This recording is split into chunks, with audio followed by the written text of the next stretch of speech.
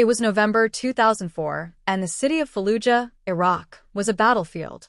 The U.S. Marines were spearheading Operation Phantom Fury, a critical offensive to retake the city from insurgents.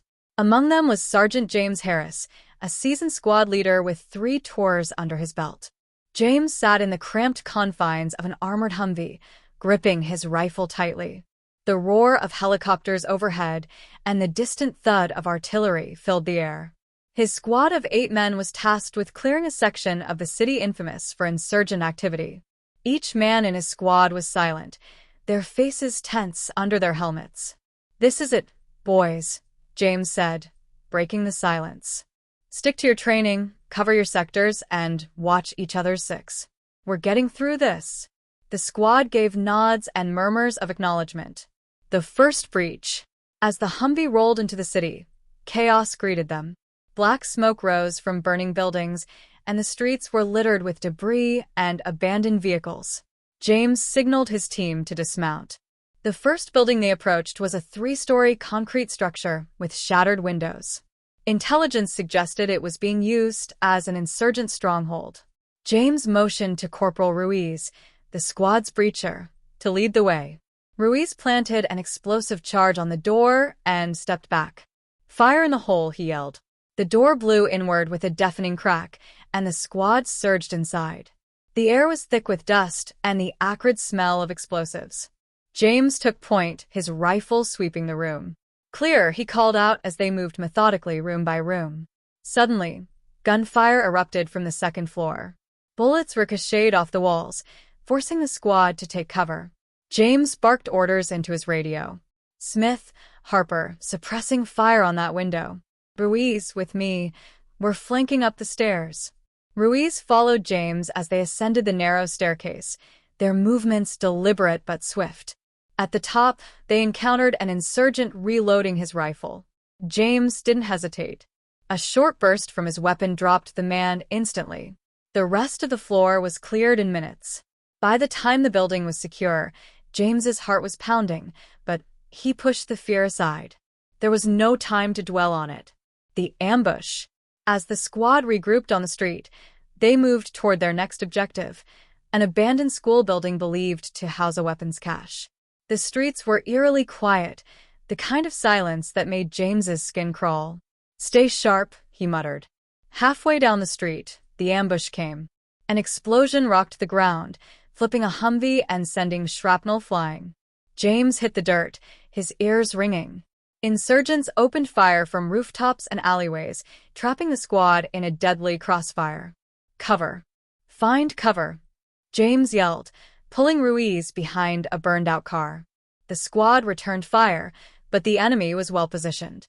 James spotted a sniper on a rooftop and called it out. "Sniper, 1 o'clock. Smith, take him out."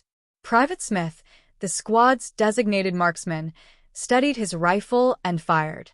The sniper's silhouette disappeared from the rooftop.